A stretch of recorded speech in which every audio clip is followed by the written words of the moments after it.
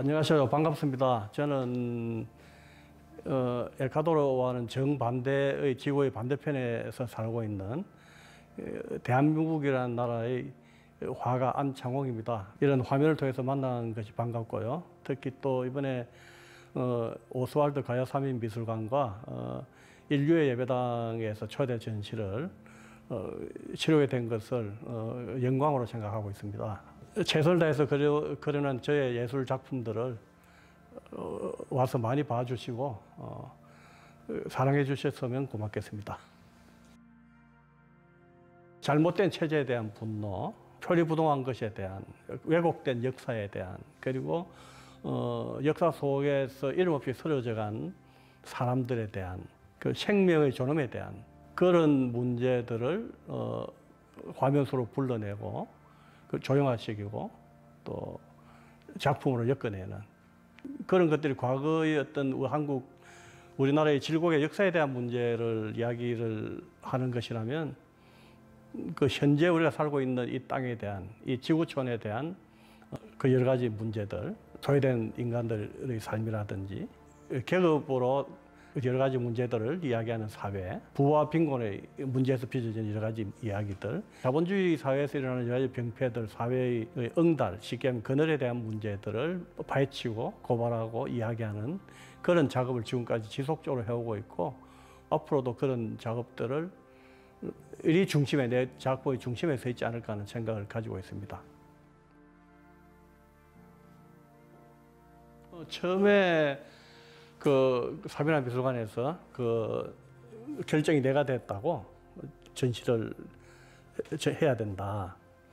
그래서 나는 처음에 쉽게 생각했어. 왜냐하면 있는 그림들 모아서 보내면 된다고 생각했지. 왜냐하면 그 전에 2년 전에 너무 큰 전시를 했었고 쉬고 있었고 이미 발표된 작품들이 많기 때문에 그 중에서 좀 골라서 내면 되지 이렇게 생각했는데 점점 시간이 바뀌면서 그게 아니라는 생각. 그리고 일테면은 에콰도르라는 곳, 그리고 또 오스왈드 가야 삼이라는 그 나라에서 국민 작가의 정도로 칭송을 받고 있는 작가인 미술관, 프란시스코 고야가 전시했던 인류의 예배당, 그 두 군데만 하더라도 장소가 그쪽 나라에서는 상당히 신성시되는 그런 장소인데 최선의 예를 가지고 작품을 나도 해내야 되겠다. 그래서 이제 신작을 하기로 방향을 바꾼 거지. 그리고 난 뒤에 이제 고민이 시작되는 거야. 불과 3개월밖에 없는 거야. 그런데 3개월 만에 두 군데의 전시관을 가득 채워야 된다는 이야기지. 그래서 사비나 관장하고 이제 의논도 하고 의견도 나누고 하면서 그쪽 현지에 그쪽 사비나 학예사가 갔다 오고 전시를 어떤 형식으로 해야 될지 윤곽이 잡혔기 때문에 일단은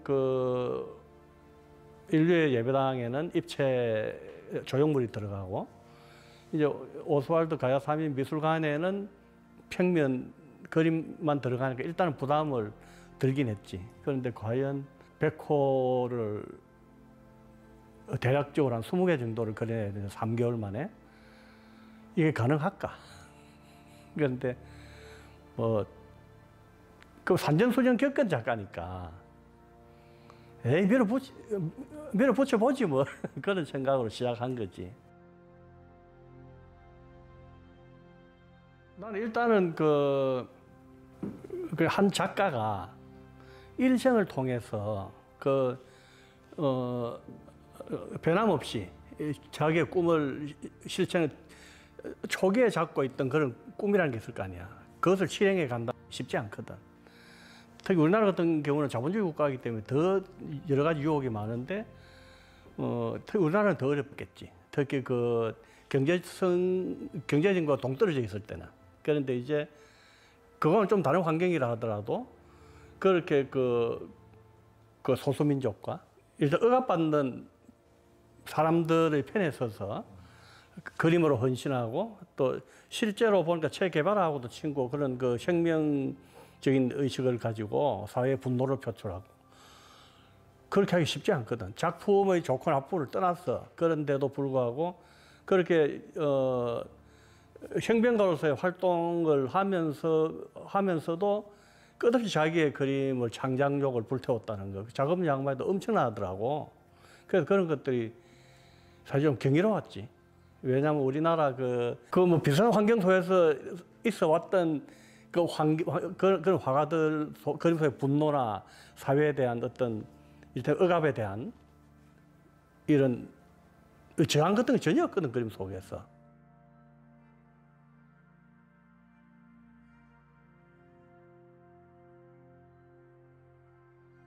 깊이 흐르는 인간에 대한 감정은, 체온은 똑같다고 나는 보는 거지. 서로가 관심 가지는 분야가 과자사님도 인간의 삶에 있고 내 작품도 인간의 삶에 있는 것이지. 그러니까 그런 문제에서는 본질적인 문제에서는 뿌리가 같다고 보는 것이고, 또 체제에 대한 저항이나 잘못된 것에 대한 분노를 표출하는 방식도 조형적인 방식은 다르다 하더라도 분노의 이유는 같다고 보는 것이지. 그래서 아마 상당히 재미나는 전시가 되지 않을까. 같은 본질은 같은데도 불구하고 표현하는 방식이 전혀 다르기 때문에 그럴 수 있다면 좋겠지. 이번에 새롭게 발표하는 유령 패션은 현재 삶 속에서 일어나고 있는 또 다른 자본과 물질에 대한 문제, 훼손된 정신, 망가져가는 정신에 대한 문제들을 패션이라는 걸 통해서 이야기하고자 하는 것인데요. 사실 패션이라는 것은 자기를 드러내기 위해서, 혹은 자기를 감추기 위해서, 아니면은 부를 가시하기 위해서, 어떠한 형태로, 여러 가지 형태로 자기 자신에 대한 존재를 상대에게 인식시키고 각인시키기 위해서 패션이라는 것이 발전해 왔는데, 자본주의의 꽃이라면 패션일 수도 있고, 그걸 통해서 부와 가난의 문제가 극명하게 드러나는, 계급이 정해지고 계급이 패션을 통해서 드러나는 여러 가지 어떤 사회의 병리 현상, 그런 문제들을 포착해내고 그런 문제들을 패션이라는 것을 통해서 이야기하고 싶은, 그렇게 표현하는 것이 맞을 것 같네요. 예.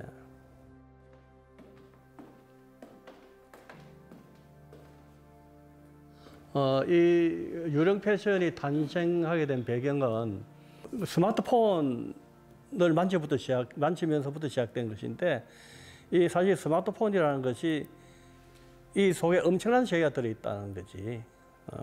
이 작은 손바닥만한 그 속에 또 다른 우주가 들어있다고 할까? 그러니까 만지작거리다가 이걸 통해서 뭐 할 수 있는 게 없을까? 뭐 항상 그림자처럼 그 사람들 옆에 따라다니는 거니까. 그 만지작거리다가 이제 그 스케치하는 방식을 알아내고 스마트폰으로 그림을 그리기 시작한 것이고, 물론 태블릿을 통해서 그린 화가들은 들어있는데, 왜냐하면 화면이 크고 편리하기 때문에. 근데 어떤 경우는 기동력에 주목한 것이지. 언제 어디서나 즉시 즉소해서 내가 원할 때 항상 펼쳐놓고 그릴 수 있는. 그래서 이제 그리기 시작했고, 그것이 디지털 판화로, 유령 패션이라는 판화로 작품으로 처음 등장하기 시작한 것이고, 그래서 이제 그것을 완결점을 페인팅과 입체로 끌고 갈 계획을 처음부터 가지고 있었기 때문에, 그 디지털 판화에서부터 오프라인으로 끄집어내서 페인팅을 하고 또 입체로 만들고, 거기까지.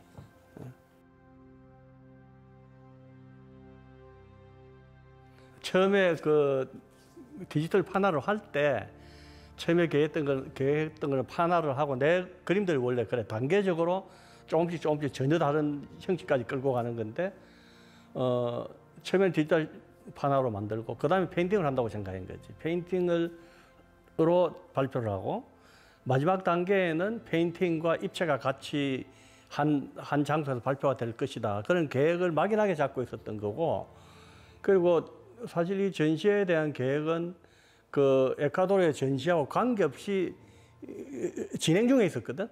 그런데 진행 중에 있었는데 좀 더 느긋하게 해야 되는 건데 가속도가 붙었던 것이고, 다른 소재나 무슨 내가 하고 있는 것 중에서도 풍경 같은 그림들도 그려서 가능한데 꼭 이걸 하고 싶었던 이유가 있지.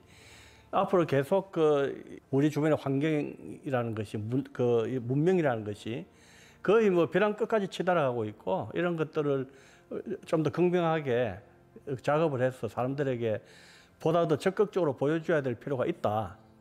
그런 생각을 하고 작업을 느슨하게 시작했는데 그 전시가 갑자기 결정되면서 이제 속도가 붙은 거지. 현대가 사실 색채의 시대야. 색채의 시대고 또 가장 높은 쪽에 있는 것들이 문명을 과시하고 문명을 산업화시키고 또 그 문명을 통해서 자기를 드러내고 하는 게 패션들이거든.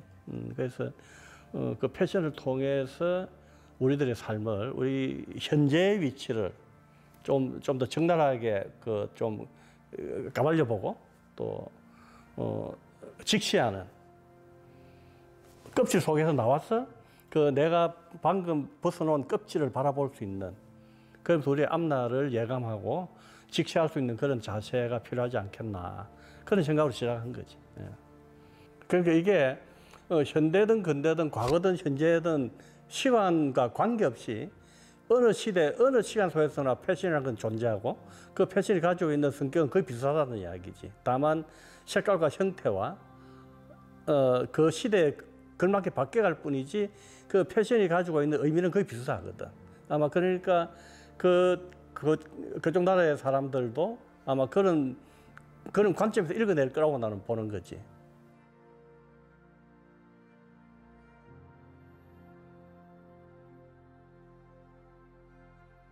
얼굴이라는 작업은 얼굴을 통해서 우리의 환경 현재 살고 있는 우리의 삶 속에서 일어나고 있는 여러 가지 사회 문제들을 사람의 얼굴을 통해서 표현하는 것이죠. 일테면 49개의 가면이라면 그 가면을 통해서 우리 현실 속에서 빚어지고 있는 집단 체면에 대한 문제, 탐욕과 욕망에 대한 문제를 하나하나의 가면, 거의 동일화되어 있는 비슷한 가면들처럼 살아가는 현대인들의 무표정한 얼굴을 통해서 표현하는 것이라면 제목이 눈먼자들이지. 그 입체 속에는 시대에 대한 저항과 분노가 들어있거든. 그리고 또 그 시대 속에서 희생되어가는 우리 자신들의 모습들인 거지. 정말 봐야 될 것들은 제대로 보지 못하고 눈은 크게 떠 있어도 눈먼 자들처럼 살아가는 이를테면 탐욕과 욕망에 찌들어 있는 그런 사람들의 모습인데 사람이 사는 곳에는 어디나 그런 삶의 형태가 사회라는 것이 이루어져 있는 이상은 존재하는 것이기 때문에 그런 새롭고 전혀 다른 방식의 조형물을 통해서도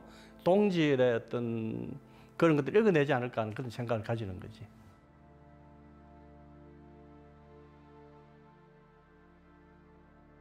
여기는 얼굴이 강조되어 있고 유령 패션에는 그 강조됐던 얼굴, 육신은 빠져나간 껍데기만 존재하는 것이니까 양쪽을 통해서 그쪽 사람들이 읽어낼 수 있는 작가의 의도나 작가의 정신은 아마 분명할 거로 보고 특히 그쪽 남미 쪽은 삶과 죽음에 대한 경계가 굉장히 사회적으로 표출되어 있고 조형적으로도 그렇고 그래서 내 그림 속에도 항상 삶과 죽음의 문제, 시간의 문제까지도 항상 포함되어 있기 때문에 그런 것까지도 수준 높은 시선으로 읽어내지 않을까 하는 그런 생각을 가지고 있지. 어디서 본뜻한 작품이 아니고 로컬한 대한민국 작가가 그린 대한민국의 방식으로 대한민국의 삶의 현실 속에 녹아있는 여러 가지 문제들을 조형화시킨 것들이잖아. 그러니까 이제 그쪽도 이미 미술 문화는 유럽이나 이런 서양 작품들 접하고 있을 텐데 전혀 생경하고 색다른 방식의 조형 세계를 맞닥뜨려질 거 아니야. 또 그 사람들이 내 그림을 통해서 받아들이는 신선함 같은 것도 또 있겠지.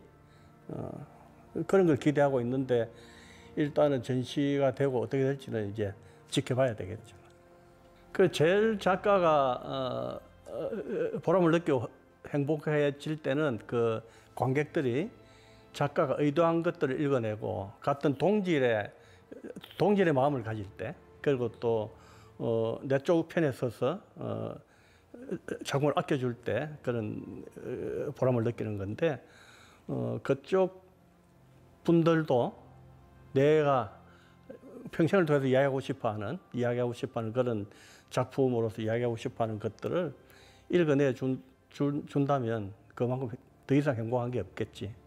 이번에 에콰도르를 첫 방문을 하게 되는 건데 사실은 뭐 세계 아주 여러 곳들 오지를 많이 여행한 입장에서 가보고 싶은 데가 많았지. 그런데 주변국들에 대한 이번에 코로나 때문에 국가에서 국가로 다른 나라로 이동하기는 쉽지 않을 것 같아서 에콰도르 국내에서 가보고 싶은 데가 갈라파고스하고 인접해 있는 근해에 있는 섬들. 그래서 가서 좀 스케치를 많이 해와서 스케치전도 같이 할 계획을 가지고 있었지.